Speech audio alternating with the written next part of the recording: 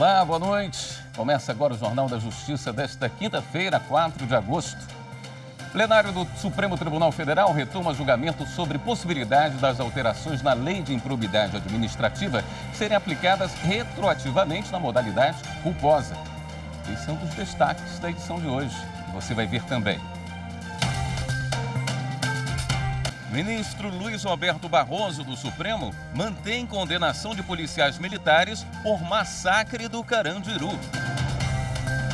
Superior Tribunal de Justiça revoga a decisão que mudou a direção nacional do PROS, o Partido Republicano da Ordem Social.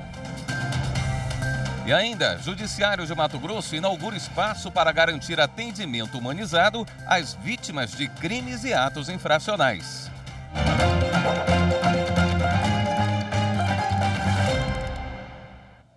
O Supremo Tribunal Federal retomou nesta quinta-feira o julgamento do processo que discute se as alterações na Lei de Improbidade Administrativa feitas no ano passado podem ser aplicadas retroativamente na modalidade culposa. O relator do caso é o ministro Alexandre de Moraes. A discussão veio parar no Supremo Tribunal Federal porque o INSS processou uma então procuradora que atuou na autarquia entre 1994 e 1998. Ela responde por suposta atuação negligente. A ação teve como base a Lei de Improbidade Administrativa. São considerados atos de improbidade administrativa aqueles que causam enriquecimento ilícito do agente público, lesão ao erário ou violação dos princípios e deveres da administração pública. Em 2021, entraram em vigor mudanças nessa norma.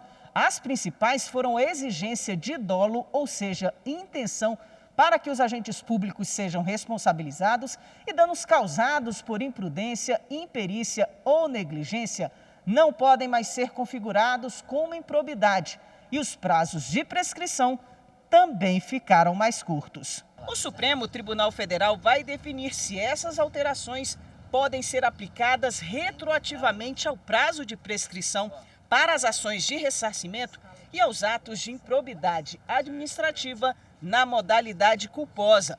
A matéria tem repercussão geral reconhecida, ou seja, a decisão deverá ser adotada em casos semelhantes em todo o país. O relator do caso é o ministro Alexandre de Moraes. Na retomada da sessão, Moraes destacou que a norma não prevê uma anistia geral àqueles condenados pela modalidade culposa. Em 30 anos, não houve declaração de inconstitucionalidade da modalidade culposa. Ela foi aplicada em diversos casos, a partir do devido processo legal.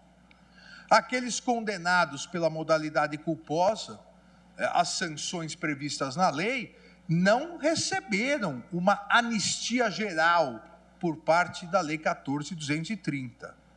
Que inclusive, apesar de sugestões da comissão de juristas, que inclusive preferiu afastar qualquer regra de transição. O relator também ressaltou que a retroatividade da norma mais benéfica em favor do réu é um princípio exclusivo do direito penal. Não há retroatividade da previsão benéfica.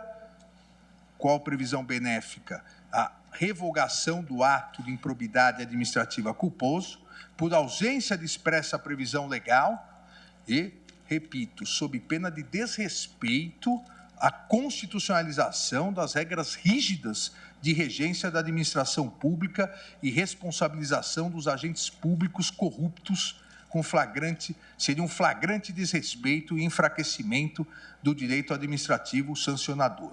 Moraes afirmou que se o Estado atuou de forma regular, o encurtamento do prazo não pode prejudicar a atuação dele.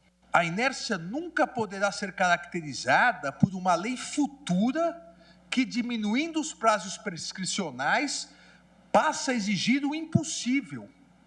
Ou seja, que retroativamente o poder público, que foi diligente e atuou dentro dos prazos à época existentes, cumpra algo até então inexistente. Isso realmente é um absurdo. Como exigir o impossível do poder público, retroativamente? Poder público, você foi diligente, você atuou dentro dos prazos à época existentes. Cumpra agora um prazo que você jamais poderá cumprir porque já perdeu. O relator, então, propôs a seguinte tese para a repercussão geral. Primeiro tópico. É necessária a comprovação de responsabilidade subjetiva para a tipificação dos atos de improbidade administrativa, exigindo-se nos artigos 9º, 10º e 11º da Lei de Improbidade Administrativa a presença do elemento subjetivo, dolo.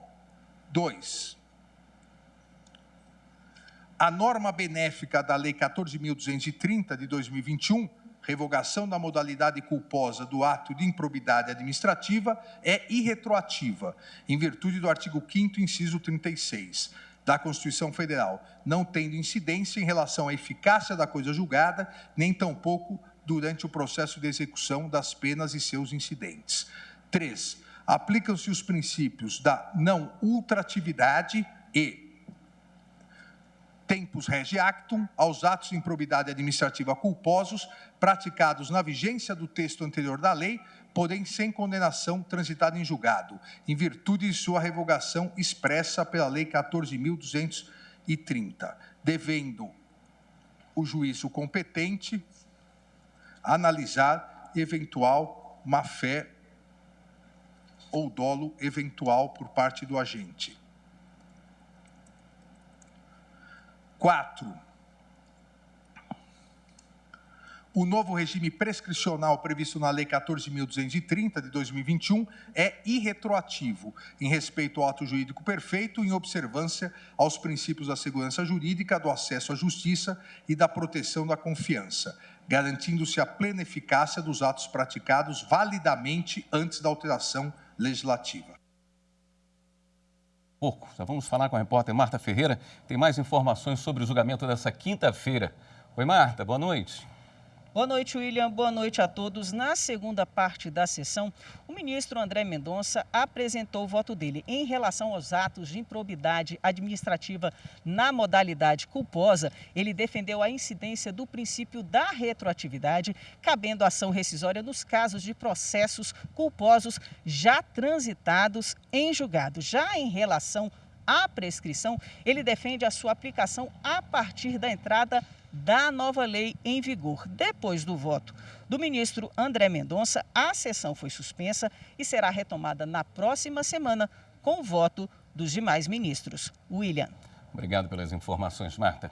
O ministro Luiz Roberto Barroso, do Supremo, manteve a condenação de policiais militares pelo massacre do Carandiru em 1992. O massacre ocorreu na casa de detenção do Carandiru, em São Paulo. 111 presos foram mortos na operação da polícia para conter uma rebelião. O Tribunal do Júri condenou 74 PMs a penas que variam de 48 a 624 anos de prisão. Em 2018, o Tribunal de Justiça de São Paulo anulou as condenações. 3 anos depois, uma nova reviravolta. O Superior Tribunal de Justiça restabeleceu a condenação.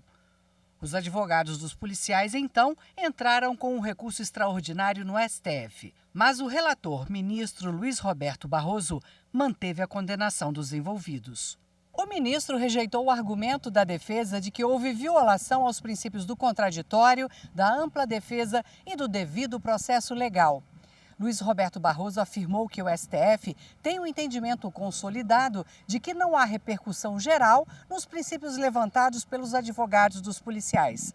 A repercussão geral é um instrumento que permite ao Supremo fixar teses que devem ser seguidas por todo o judiciário em casos semelhantes.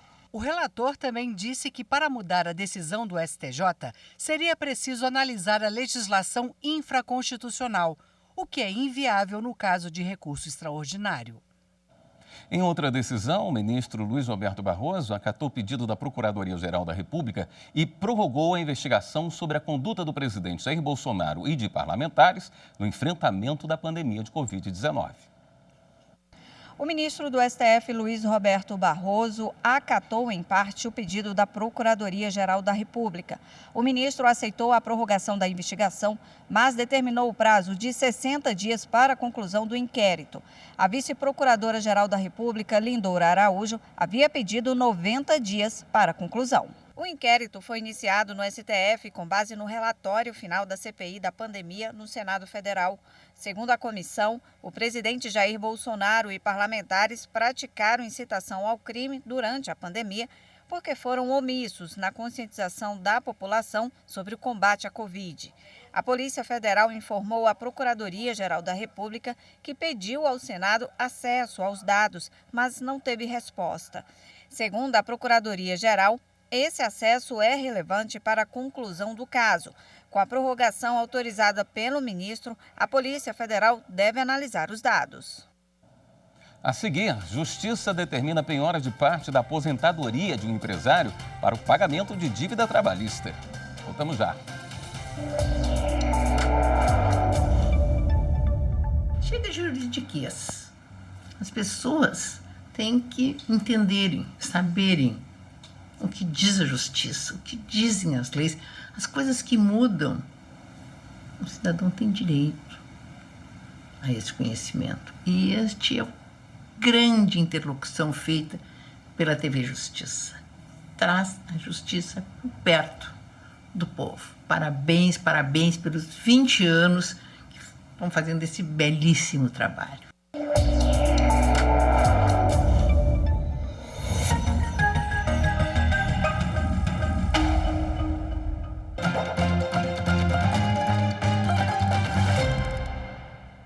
Um grupo formado de influenciadores digitais participou de uma capacitação sobre o combate às fake news no Tribunal Superior Eleitoral. O projeto faz parte do Programa Permanente de Enfrentamento à Desinformação do TSE. Cerca de 30 influenciadores de várias áreas estiveram na sede do TSE para o evento realizado em parceria com a Organização de Educação Midiática Redes Cordiais. Técnicos do tribunal apresentaram as instalações do TSE e explicaram aos visitantes o processo eleitoral brasileiro e por que o voto no Brasil é informatizado. O objetivo é de que, com esse conhecimento, os influenciadores possam produzir vídeos, textos e postagens baseadas em informações oficiais nas mais diversas plataformas. A todos e a todas, sejam bem-vindos e bem-vindas à Justiça Eleitoral. Nós estamos de braços abertos para todos aqueles que querem entender como funcionam as eleições brasileiras. Para quem conhece o sistema eleitoral brasileiro, a resposta é sempre: eu confio. A União e o INSS devem indenizar um homem que teve o CPF registrado na Receita Federal vinculado ao benefício previdenciário recebido por outra segurada. A decisão do Tribunal Regional Federal da Primeira Região. Segundo o processo, o contribuinte declarou à Receita que era isento do pagamento do imposto de renda, por ter uma renda mensal média de R$ 500, mas foi informado que o número do CPF dele estava vinculado ao benefício previdenciário pago a uma segurada do INSS, no valor de R$ 1.687, estando acima do limite de isenção. O homem informou que tentou resolver o problema com a Previdência de forma administrativa, mas não teve resposta. Ele então acionou a Justiça Federal. A União e o INSS foram condenados a pagar uma indenização por danos morais e recorreram ao Tribunal Regional Federal da Primeira Região. Ao analisar o caso, o relator, desembargador federal Souza Prudente, entendeu que ficou claro o equívoco do INSS em vincular o CPF do autor ao benefício previdenciário de outra pessoa e que isso trouxe constrangimentos. As dificuldades enfrentadas pelo autor para resolver o problema após a descoberta da falha superam o mero dissabor cotidiano e têm aptidão para ofender o seu direito de personalidade, estando demonstrada a ofensa à intimidade e aos valores de consideração pessoal e social do autor, o que impõe a reparação do seu patrimônio moral, concluiu o desembargador federal. Por unanimidade, a quinta turma do TRF1 seguiu o voto do relator e manteve a condenação do INSS ao pagamento de R$ 4.000 e da União de R$ 1.000 por danos morais. O Tribunal Superior do Trabalho garantiu a uma recepcionista a penhora mensal de 30% da aposentadoria do ex-empregador dela para o pagamento de dívida trabalhista. O grupo, formado por 3 empresas, foi condenado a pagar diferenças salariais a uma ex-recepcionista. Na fase de execução da sentença, um aposentado, sócio das empresas, passou a integrar o polo passivo da ação, sendo responsável por uma dívida trabalhista de aproximadamente R$60 mil. Para garantir o pagamento, o juízo de primeiro grau determinou a penhora mensal de 30% dos proventos de aposentadoria do executado, até a quitação do débito. O empresário entrou com mandado de segurança no Tribunal Regional do Trabalho da 2ª Região em São Paulo. Ele argumentou que a penhora colocava em risco a subsistência dele e não tinha amparo legal. O TRT aceitou a alegação e concluiu pela impenhorabilidade dos proventos de aposentadoria para pagar a dívida trabalhista. Na avaliação do regional, a penhora só seria possível na hipótese de prestação alimentícia. A trabalhadora recorreu ao TST com base no artigo 833, inciso 4, parágrafo 2º do Código de Processo Civil de 2015. A defesa dela sustentou que o dispositivo autoriza a penhora dos proventos de aposentadoria também em casos de dívida trabalhista, já que a verba possui natureza salarial e alimentar. Afirmou ainda que a decisão do regional estava em conflito com a interpretação do TST sobre a matéria. O relator do processo na seção 2 de dissídios individuais do TST, ministro Douglas Alencar, destacou que a norma autoriza a penhora para satisfazer créditos trabalhistas que também desfrutam de natureza alimentar. Segundo o relator, o artigo 529, parágrafo 3º do CPC de 2015, prevê apenas o desconto em folha de pagamento a, no máximo, 50% dos ganhos líquidos da parte executada. O ministro Douglas ainda ressaltou a alteração feita pelo Tribunal Pleno do TST em setembro de 2017, na redação da Orientação Jurisprudencial 153 da SDI 2. O dispositivo considerou impenhoráveis os proventos de aposentadoria somente sob a perspectiva do CPC de 1973, situação diferente da analisada nesse caso, que é de 2021. Portanto, já sob a vigência do CPC de 2015.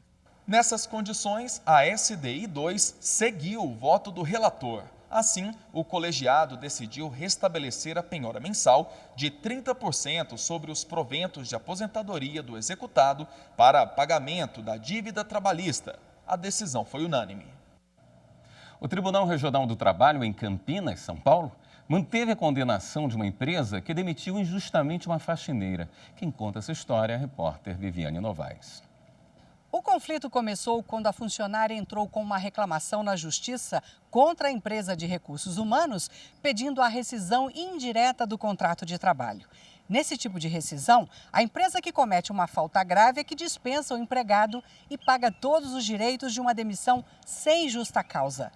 4 dias depois da primeira audiência na Justiça do Trabalho, a faxineira foi demitida por justa causa. Num novo processo, a trabalhadora pediu a reversão dessa justa causa, além de uma indenização. Aí a empresa alegou que a faxineira incitava outros funcionários a entrar com ações trabalhistas na Justiça, entregando cartões do advogado dela. A Justiça do Trabalho de Ribeirão Preto condenou a empresa a pagar R$5 mil à ex-funcionária por danos morais e a quitar o saldo salarial, aviso prévio indenizado, 13º salário e férias proporcionais. A empresa, então, recorreu no Tribunal Regional do Trabalho, mas a 9ª Câmara do Tribunal manteve a decisão. Para os desembargadores, a distribuição de cartão de advogado a colegas e a reclamação trabalhista não justificam demissão por justa causa. STJ revoga a decisão que mudou a direção nacional do PROS, o Partido Republicano da Ordem Social. Assunto para o próximo bloco. Até já. A TV Justiça é importante porque ela não funciona só como um simples canal na TV aberta. Ela é um canal jurídico que leva conteúdo relevante à casa da população brasileira. Ela apresenta em sua programação conteúdos não só para operadores do direito, mas como para a população em geral, trazendo e aproximando essa população do mundo jurídico, explicando e informando sobre decisões do Poder Judiciário. A TV Justiça é um ganho à população, pois possui esse sinal aberto e é gratuito, e leva conteúdo relevante do mundo jurídico à casa do cidadão brasileiro.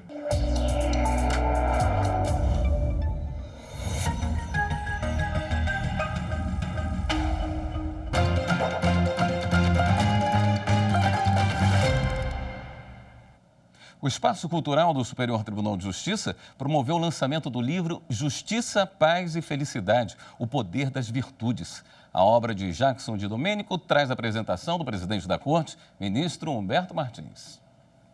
Um livro com 3 virtudes. Justiça, paz e felicidade, no nosso entender, é o tripé perfeito para produzir uma dignidade efetiva no ser humano. E todos os nossos atos, todas as nossas atitudes, todas as nossas decisões, se tiverem embasados nesses princípios, a chance de acertar é muito mais efetiva. O livro, resultado da tese de doutorado do advogado e desembargador eleitoral, traça um panorama sobre o tema, enfatizando a relevância da dignidade como condição para o aprimoramento do ser humano. O direito é construído principalmente para as pessoas e se tratando de pessoas, se trata de dignidade humana. O professor e filósofo em Direito, Rossini Correia, escreveu o prefácio da obra. Ele afirma que tais virtudes são pilares que auxiliam as autoridades públicas na tomada de decisões individuais e coletivas. O momento agora é precisamente de reconstrução de caminhos da humanidade a partir de um compromisso universal, de cada um e de todos, com uma agenda ético-jurídica, ético-política, que sinalize para a reconstrução do mundo. O presidente do STJ, ministro Humberto Martins, também faz as mesmas considerações na apresentação do livro. No texto, Humberto Martins destaca que trazer a dignidade humana para o centro do debate judiciário não é somente uma questão interpretativa social, mas também essencial para o desenvolvimento das leis e das decisões da gestão pública. O livro também conta com um comentário do ministro Moura Ribeiro. Sedimentar tema como esse em livro é muito importante para nós, que trabalhamos com direito todo dia, mas muito mais importante também para deixar para as outras gerações. Pensar que o iluminismo, dos séculos XVII e XVIII ainda nos trazem boas luzes. E o ministro do STJ, Antônio Carlos Ferreira, restabeleceu os efeitos do acórdão do Tribunal de Justiça do Distrito Federal e dos Territórios, que declarou válidas as reuniões do Partido Republicano da Ordem Social, o PROS, responsáveis pela condução de Marcos Vinícius Chaves de Holanda à presidência nacional da legenda. A determinação do ministro atendeu a pedido apresentado por Marcos Vinícius para reconsiderar a decisão monocrática da vice-presidência do STJ durante o plantão judiciário no último dia 31. Em Cuiabá, o Judiciário inaugurou um espaço para garantir atendimento às vítimas de crimes e atos infracionais. O objetivo é humanizar os serviços prestados à sociedade. Um ambiente acolhedor, estruturado e com todas as condições necessárias para garantir tratamento com dignidade e respeito às pessoas que tenham sofrido danos morais, físicos ou psicológicos cometidos por terceiros. É assim que vai funcionar o Centro de Atendimento às Vítimas de Crimes e Atos Infracionais, inaugurado no Fórum da capital. Outra proposta do espaço é levar informações processuais e apoio psicológico às vítimas e seus familiares que sofrem impactos de crimes. Além disso, vai garantir a permanência segura de crianças e adolescentes, evitando que elas fiquem sozinhas nos corredores do fórum, enquanto os pais participam de audiências e outros procedimentos. O magistrado que perceber que há uma vítima com algum tipo de problema que careça de uma intervenção, ele pode destinar essa pessoa diretamente aqui para o nosso núcleo. Não somente ele, mas seus filhos, seus familiares poderão ter esse atendimento especializado por meio de assistentes sociais ou por meio de psicólogos. Mais uma vez, o Tribunal de Justiça de Mato Grosso sai na vanguarda, demonstrando uma preocupação ímpar para fazer valer os direitos da cidadã e das crianças, criando esse espaço maravilhoso que é realmente de apoio às vítimas de violência, de crimes, decorrente de crimes e de atos infracionais. A presidente do Tribunal de Justiça de Mato Grosso, desembargadora Maria Helena Póvoas, destaca a instalação do espaço como mais um serviço humanizado do judiciário entregue à população. Não é só um espaço, é quase que um complexo que irá abrigar diversas atividades que possam dar melhor conforto, melhor assistência e principalmente acolhimento a essas pessoas. O Jornal da Justiça fica por aqui. Obrigado pela sua companhia. Até amanhã.